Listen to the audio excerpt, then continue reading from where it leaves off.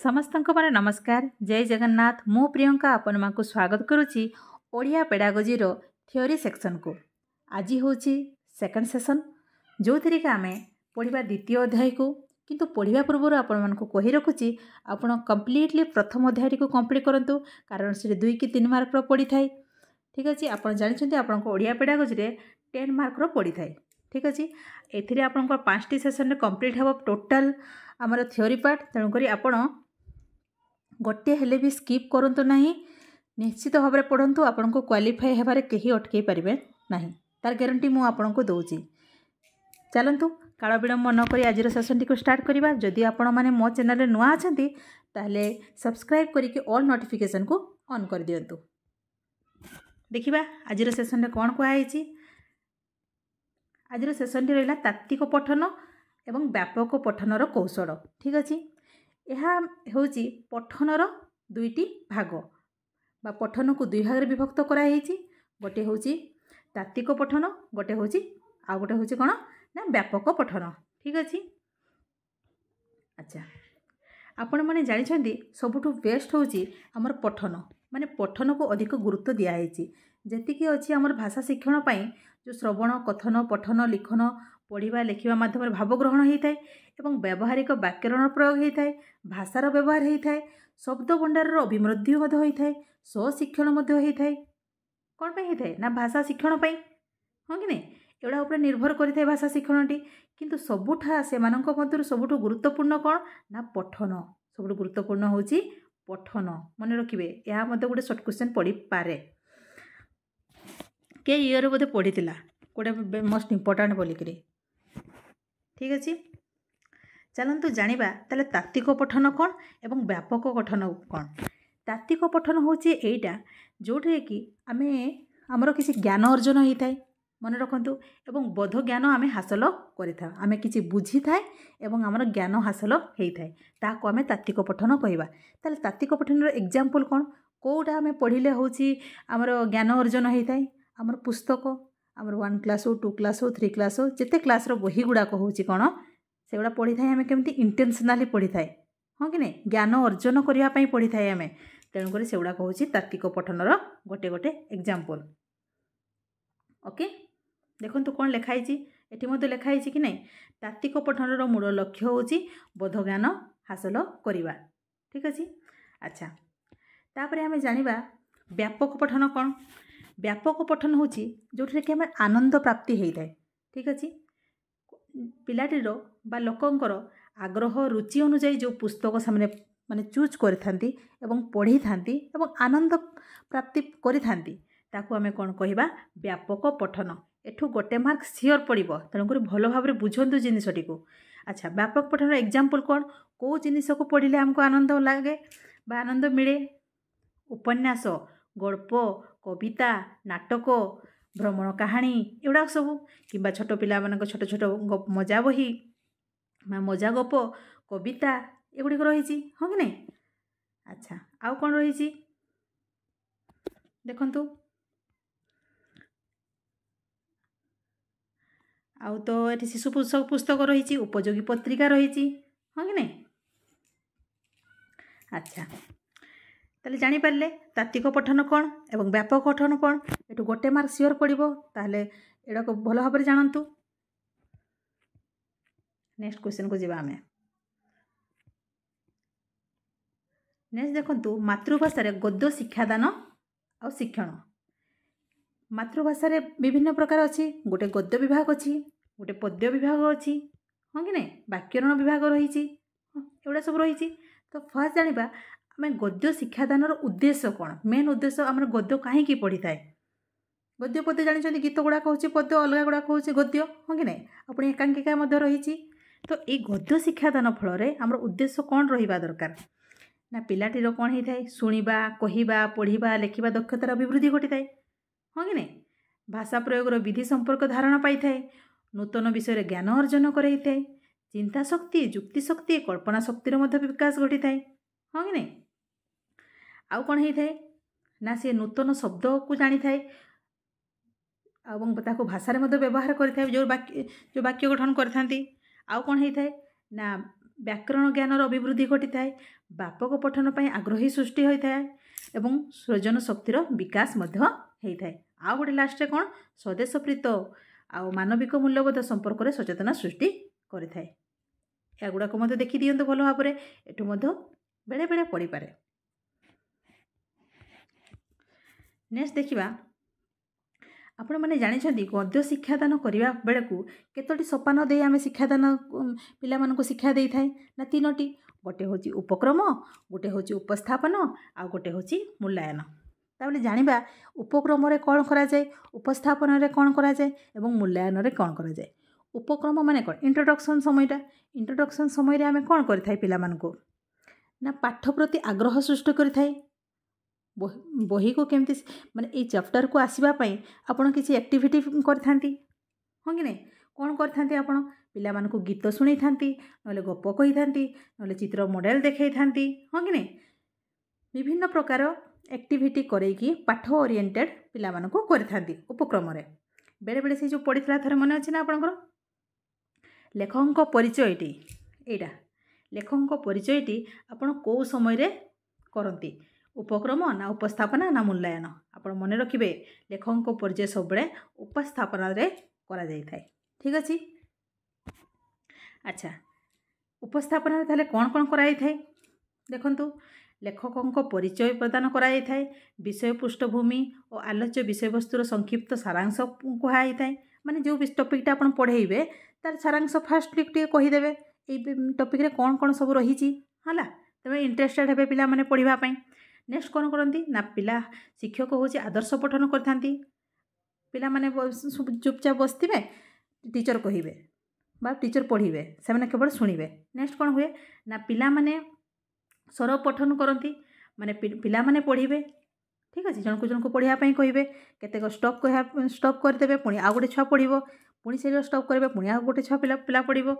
ठीक अच्छे स्वर पठन कहुए तापर कौन कराई थाए ना शब्दार्थबोध कराई थाए एवं शब्दानुशीलन कराई थाए माने कौन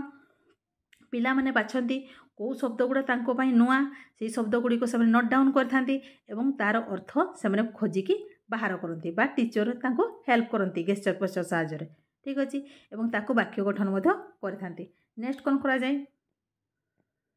ना छात्र छात्री मानकर नीरव पठन होता है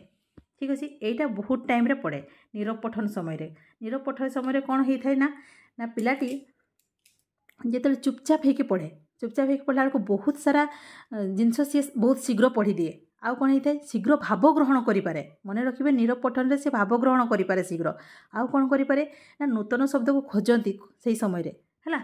से खोजी पारे निजर बुद्धि बल माने गैस करती से माने ए मीनिंगटा या हो पारे बोलिकी ठीक अच्छे। नेक्स्ट कौन ना प्रसंगर भाव उन्मोचन और बोध ज्ञान लास्ट कौन करा जाए मूल्यांकन करा जाय थाए माने ये टॉपिकटा पढ़े सारा कि जो गद्यांशटी पढ़े सारापर टीचर पिला मानकु कौन करथांती किछि क्वेश्चन दियंती और पचारती तांको आंसर गुड़ाक और पिला माने तार आंसर दियंती सेठु से जानि पारंती जे टीचर जे केते शिखिछि केते नाही पिलाटा माने केते ज्ञान आहरण करि पारला। नेक्स्ट जीवा होची मातृभाषार पद्य शिक्षादान ठीक अच्छे गद्य गला पद्य मध्य सेही परी देखिबा पद्य शिक्षादान रे कौन होता है पद्य शिक्षादानर उद्देश्य कौन रही देखंतु पद्य शिक्षादान उद्देश्य होची कौन वर्णित विषयर भावधारा को बुझीपारे से श्रवण कथन पठन पठन तो कह आवृत्ति बोली कह लिखन दक्षतार विकास होता है कवि मनर चिंता आवेग अनुभूति धारणा करें माने कवि जो कवि लिखिं कविताटी को सी कौन चिंता करिकी लिखिं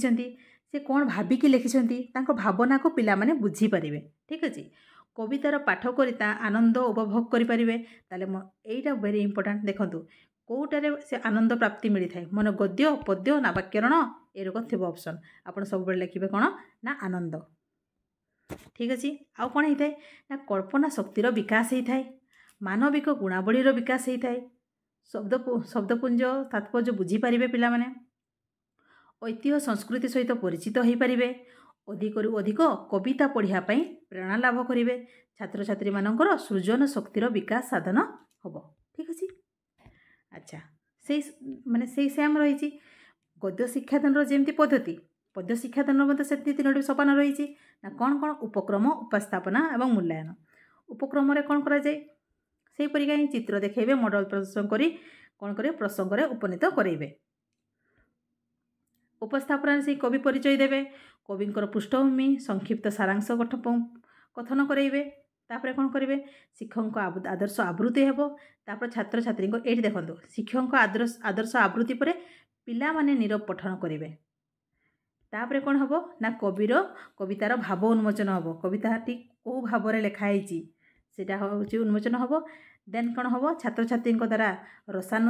रसानुसारणी आवृत्ति हम तापर मूल्यांकन हम ठीक अच्छे आपन जानीपारे क्या कौन बेले विशेषकर से कवि परिचयटा पड़े कवि परिचयटा उपक्रम ना उपस्थापना पिला भूल कर दियंती उपक्रम आपड़ किंतु करेंगे क्या आप जानीगले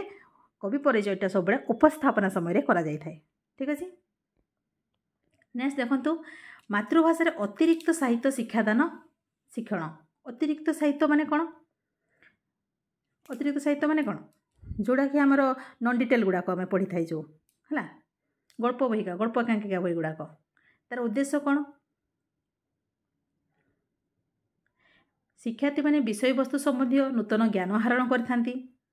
द्रुत पठन द्वारा अर्थबर अभ्यस्त हेबे साहित्यर सौंदर्य अनुभव करथांती सेमाने कल्पना शक्तिर अभिवृद्धि घटी थाए तांकर पठन द्वारा आनंद अनुभव करेंगे सेमाने नीरव पठन रे शिक्षार्थी माने अभ्यस्त हेबे शिक्षार्थी मानकर सौजन्य शक्तिर विकास हेबो अधिक पठन द्वारा शिक्षण दृढ़ीकरण मध्य हेई परिबो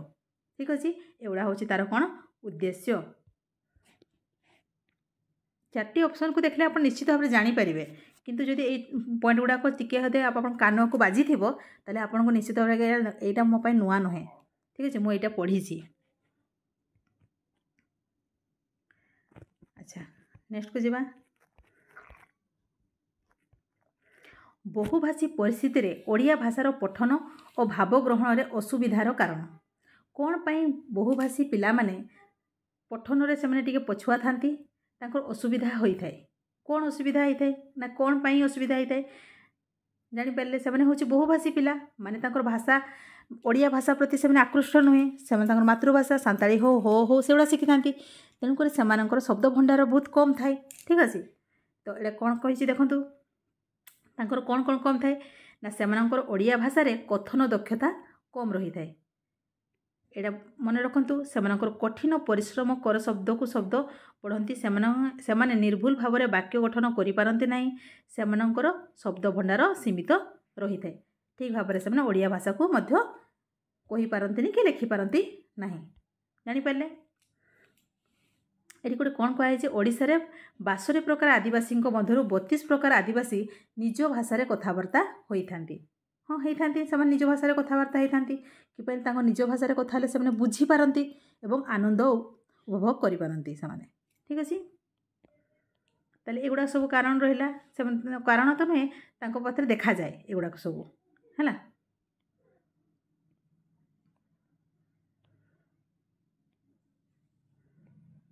आउ कौन रही इम्पोर्टाट आउ देखा